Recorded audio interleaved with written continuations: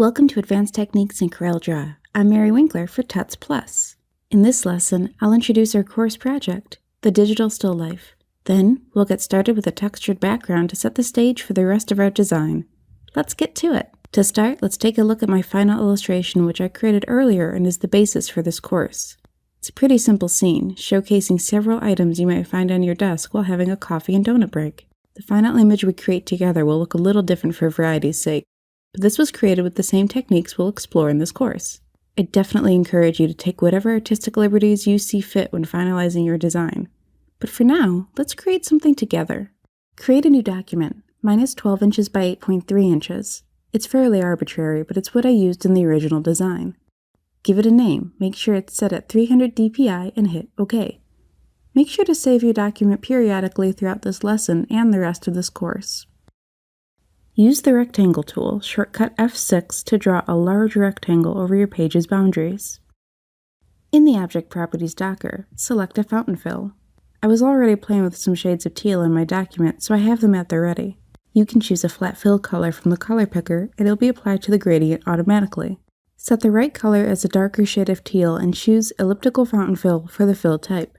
Using the Interactive Fill tool, shortcut G, adjust the radius of the elliptical fountain fill so it's less circular and more elliptical. It's difficult to adjust what's essentially a shadow without objects, so we're using this as a general guide for where our objects will be placed in the future. Next, let's draw another rectangle over the first. You can also just copy and paste it or simply duplicate it by hitting Ctrl D. Make sure there's no outline, and under Fill, we're going to choose a Bitmap Pattern Fill. While we could scan a texture or create our own texture for this part of the course, I really encourage you to check out what Corel's Content Exchange holds.